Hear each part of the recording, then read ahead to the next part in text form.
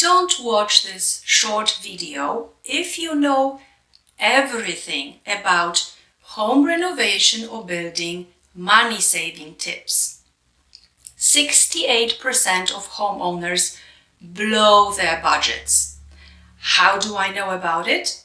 Let me introduce myself. My name is Monika Zasada, and for 25 years, that's quarter of a century, I have been helping homeowners avoid the notorious horrors of little home renovation, little apartment remodeling, or even home building. Horrors such as endless construction, questionable quality, and evaporating money. Don't worry if you don't have a pen and paper. I'll give you a free access to this information if you watch this short video until the end. So stick around. So what can you do to make sure that your little sweet home project does not turn into money pit with its costs as out of control as hair in humid weather? You need to safeguard your budget, and that is done in 3 distinct steps. You need to set it, share it, and secure it.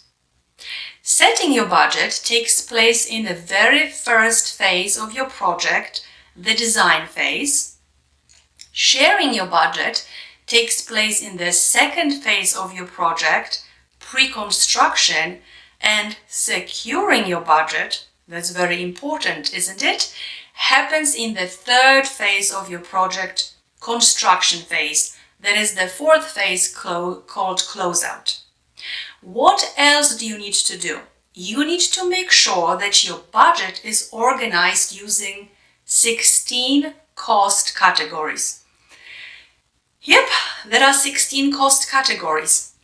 And you do need your budget organized using all of them, all those that apply to your project specifically, so that you have full financial transparency and cost breakdown line by line item, so that you can tweak your selections to make sure that your project fits your budget.